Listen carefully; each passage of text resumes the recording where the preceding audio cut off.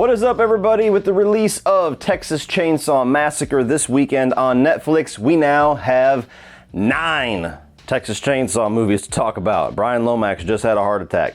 9 of these movies. I did review and rank these movies about 4 something years ago, so if you want to check out my in-depth reviews for all these films, I will link that playlist up above, as well as my review of the brand new film that I just dropped yesterday.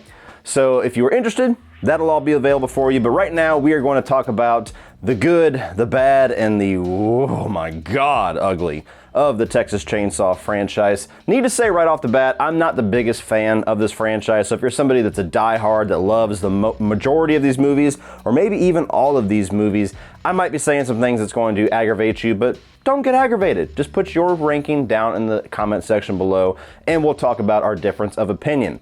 So, starting off with the worst of the worst, the bottom of the barrel for the Texas Chainsaw Massacre franchise.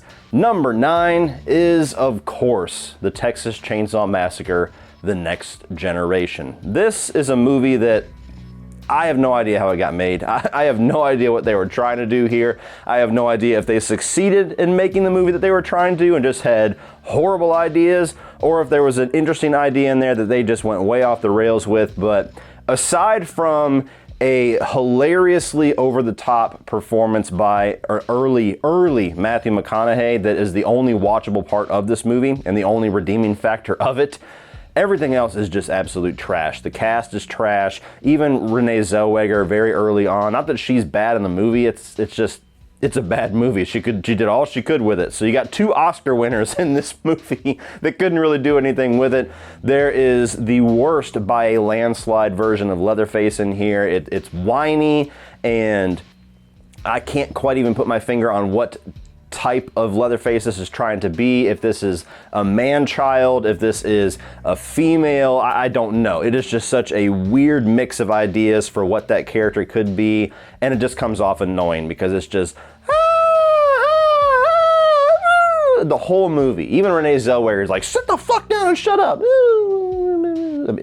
That's not what you want from the poster child, the villain, the main villain of this franchise. So you have all of that. There's like an Illuminati plot coming in. You even get like a cameo by the original Sally Hardesty at the end. I have no idea. This is just a gigantic mix of horrible ideas.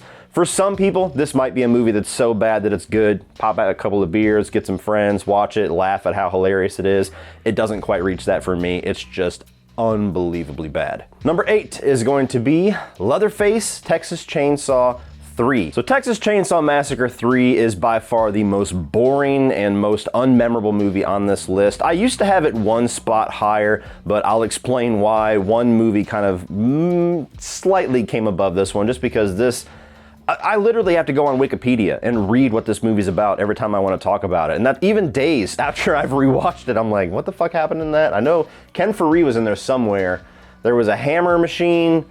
Viggo Mortensen is in there. Vigo, whatever. Yeah, I don't remember what the fuck else happened. This is just a movie where it's just, you have Leatherface. You have a bigger, beefier Leatherface. Not a bad version of Leatherface, not the best either. You have more family members. Very early Viggo Mortensen. He's the charming one, the one that lures them in because he doesn't look like he's part of a psycho family. The little Rube Goldberg machine with the hammer was kind of interesting. Of course, I love seeing Ken Faree, even though it makes no sense that he survives at the end. It's just a movie where it feels like nothing happens. There's absolutely nothing unique about the story, the characters, the plot of this movie. It's just the most generic, uninspired Texas Chainsaw Massacre shit. Coming in at number 7, which raised 1 spot on this list from the last time that I ranked it, is Texas Chainsaw 3D. Now, this is a terrible movie from start to finish. On the surface, it's just a generic slasher movie with Leatherface in it. Beneath the surface, it's just a lot of really bad, ill-fated ideas, like turning Leatherface into an anti-hero instead of a villain. No, you can go fuck yourself with that idea. That's not gonna work, sorry. The whole thing about the townspeople actually becoming the villains at the end just because they don't necessarily like the serial killer that lives in their town. Okay, not really gonna get behind that either. Alexander Daddario's character having this little twist at the end where she realizes that she's a Sawyer and do your thing, cuz. Oh God, I can't even say it without groaning. Some ripe dialogue in this movie. The whole gigantic plot hole that blows my mind every time I rewatch this movie that nobody, from the director to the writer to the person in the editing room to the fucking people that did anything on this movie after the first test screenings, caught. And they're trying to go back to the original and say that this whole Sawyer family gets slaughtered and the surviving baby becomes Alexander Daddario's character. Well, either Alexander Daddario is the best looking 45-year-old I've ever seen in my life, or this movie's supposed to take place in the 90s, but they forgot that cell phones don't exist, and neither does Trey Songz. So it's just a really weird movie, but it raised just one spot because it is watchably bad. I would rather watch this and laugh at how stupid it is than to suffer through either of the bottom two. Just on that merit alone, it's a little bit better for me. It's watchably bad. From here on out, these are all movies that I think are decent. They're watchable to a horror movie that I genuinely love. So number 6 is going to be Leatherface, the prequel Leatherface, the one that was the new one until we got this new one this weekend. Now, I like this movie a bit more than your average Joe, a lot more than most Texas Chainsaw Massacre fans, just because I like how different it is. I like how it really changes up the formula, if you will, of a Texas Chainsaw movie. It's a road horror movie. It's templated very much off of Devil's Rejects, which a lot of people hated about it, felt like a ripoff, which they're not exactly wrong. And they have this mystery element to it to where one of the people that you are following on this little road trip massacre will eventually become the character of Leatherface. And I think that on paper, that was a really good idea. Unfortunately, in execution, it turns out to be a gigantic waste, because in order to make that plot work, they have to throw in a red herring who is the most obvious choice to become Leatherface, from him being kind of a man-child, a little bit mentally inept, to being a heavier set. Like, everything about this character screams Leatherface. But of course, if there's going to be a mystery, then obviously it's not going to be that character. Anybody that's seen more than 3 movies can figure that out in 5 minutes. And so when you take that character off the chessboard, it becomes immediately obvious who the only other possible person left is going to be Leatherface.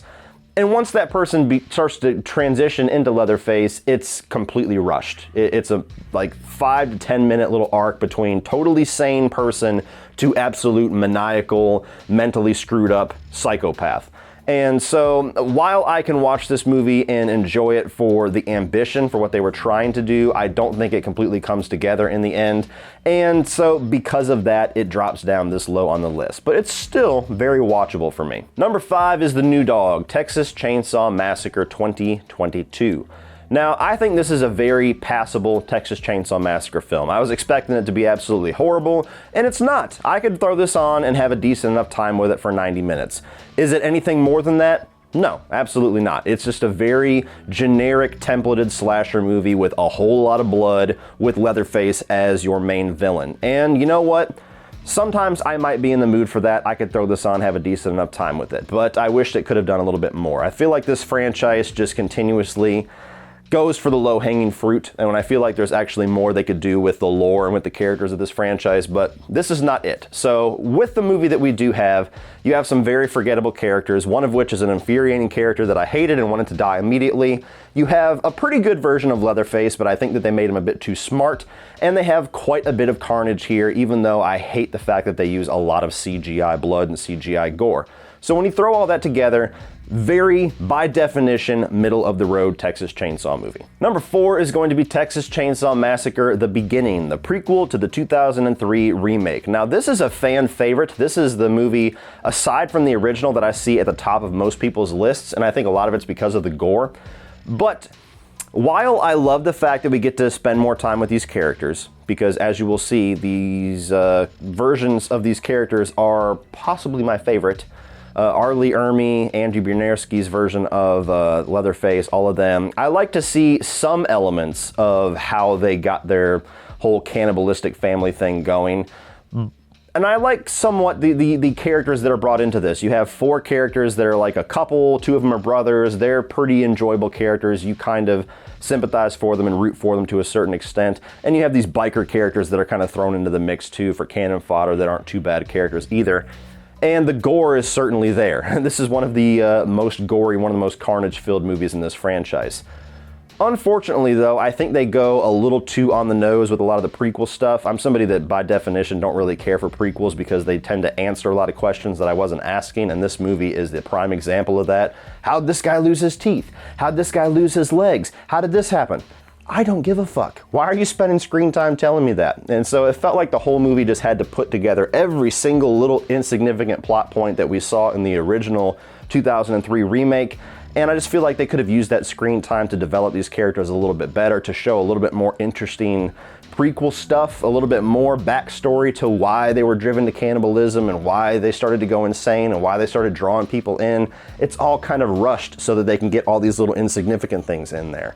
And I also feel like, while I love Carnage, I think that it was a little bit better being subtly done in the 2003 remake, as well as the original film. When it's just gore all over the place, blood, guts, I think it can get a little exploitative. So I love my Carnage candy, but I also like a little creativity and being able to hold back on that a bit. But in conclusion, I do think that this is the best look of Leatherface that we have in the entire franchise. Now, coming in at number 3, my number 3 and my number 2 constantly shift, it seems like. Every single time I talk about this franchise, I feel like they flop places. And it's because they both have very different strengths and weaknesses. And as of right now, my number 3 is Texas Chainsaw Massacre Part 2. Now, this is a movie that you either love or hate. It's 100% love or hate movie. You either really enjoy how goofy and slapsticky and dark comedy this is, or you absolutely detest that and you wonder what the fuck Tobe Hooper was smoking when he made this sequel. So, for those that don't know, when Tobe Hooper made the original film, he intended or wanted to have some form of black comedy edge to it, and he still held to that fact all the way to the point of his death, that that was supposed to be a black comedy. I have never met anybody that thought the original Texas Chainsaw was funny, so I think that got lost in translation, but nonetheless, when he decided to make a second film, he went full bore with the dark comedy, and so this feels like a completely different movie, almost a completely different genre than the original Texas Chainsaw. It's very goofy, it's very slapsticky, it's very on-the-nose black comedy, and I kind of enjoy it for that. I think that it's rewatchable for that. I love the character of Lefty, I love the character of Stretch, I love the character of Chop Top. Not a big fan of this version of Leatherface, a little too goofy for me, that whole little shaky thing that he does with the chainsaw. Not an intimidating version of Leatherface by any means. But the whole story they go on to where they attack Stretch at her radio station because she played the audio of one of their murders, and her and Lefty, played by Dennis Hopper, follow them back to their little theme park hideaway and start taking them out one by one. I think it's a very fun movie. On the negative side though, and the reason why it constantly flips back and forth, the movie does grind my gears a little bit in spots. I think that Caroline Williams is great in this role, but there's long stretches of this movie where she's just screaming and freaking out and wailing and losing her mind. And it just gets a little grating on me after a while. After 5 to 10 minutes of that, I'm like, ugh, next. I get it, you're fucking terrified. Same thing with this version of Leatherface, and as much as I love the character of Chop Top, even he gets a little too far to some extent in some scenes where he just lays into one little catchphrase, burn it like a rat, burn it like a rat, and he just sits there and goes on and on and on, and it's like, oh, sometimes I love it, sometimes I'm like, stop, please. So, this time upon a rewatch, I still enjoyed the movie, but it did grate on me a little bit more than the last time that I rewatched it. But it's still a movie that I enjoy, and it's certainly one of the movies that I rewatch the most in this franchise. Now, my number 2 is tricky. I always get shit for this, but it is the original Texas Chainsaw Massacre. Now, this time that I rewatched it, just a couple of nights ago, right after I watched the new one actually, it's one of those things where, just like Texas Chainsaw 2, every time I rewatch this film, I get something a little different out of it. Sometimes positive, sometimes negative. And I think for the experience that this movie was trying to give, which is this very gritty, real, grindhouse, exploitative journey into hell, it's extremely effective. There's a reason why it's one of the most influential and iconic horror films of all time.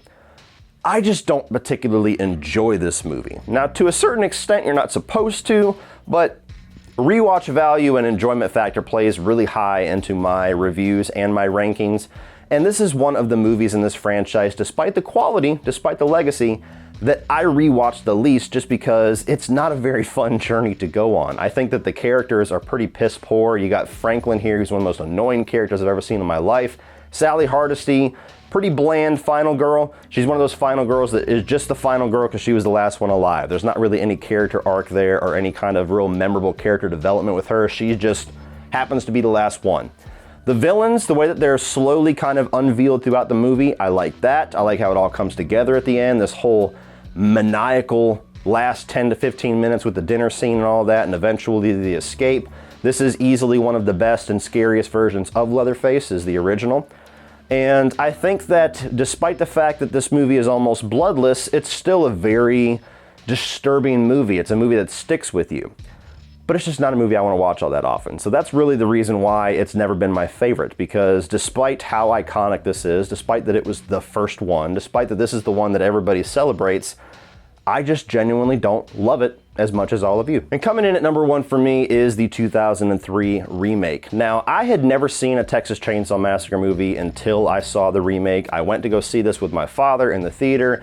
Neither one of us had seen any of the Texas Chainsaw movies. He might have seen a couple, but nonetheless, it wasn't movies that we rewatched, so they weren't really in his consciousness either.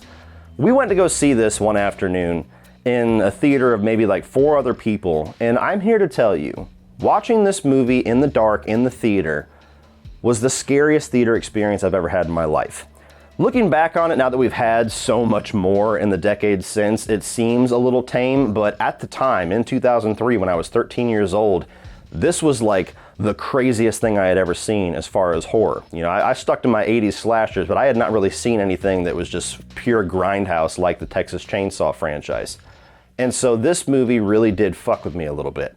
I thought this version of Leatherface was terrifying. I thought that R. Lee Ermey was arguably even more terrifying and morbid. I thought that a lot of the visual imagery and the suggested things that were going on, and this movie's got more gore than the original, but it's still pretty tame compared to a few entries in this franchise. It was a little more stylistic and a little bit more about suggestion and not necessarily just showing you blood and guts all over the place, and that sticks with me a little bit more.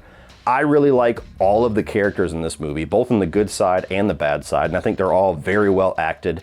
It's beautifully shot. The cinematography and everything is great. The lighting, the natural lighting that they found is awesome. I just think it's a better movie. I think it's a better viewing experience, and it's certainly more rewatchable for me. Is it something that had the impact that the original had? No. Is it something that's as influential and as iconic as the original? Of course not. But for me personally, for my own experience, this movie affected me like the 1974 original affected a lot of you when you first saw it. So it is, has always been, and probably always will be my number 1. So what do you guys think? What is your ranking of the Texas Chainsaw Massacre franchise? Put all 9 films down below, and let's talk about why you love, hate, and absolutely detest some of the movies on this list. Thank you for watching, and please like and share this video. Hit that subscribe button so you don't miss my ranking of the Leatherfaces. That's going to be coming in a couple of days.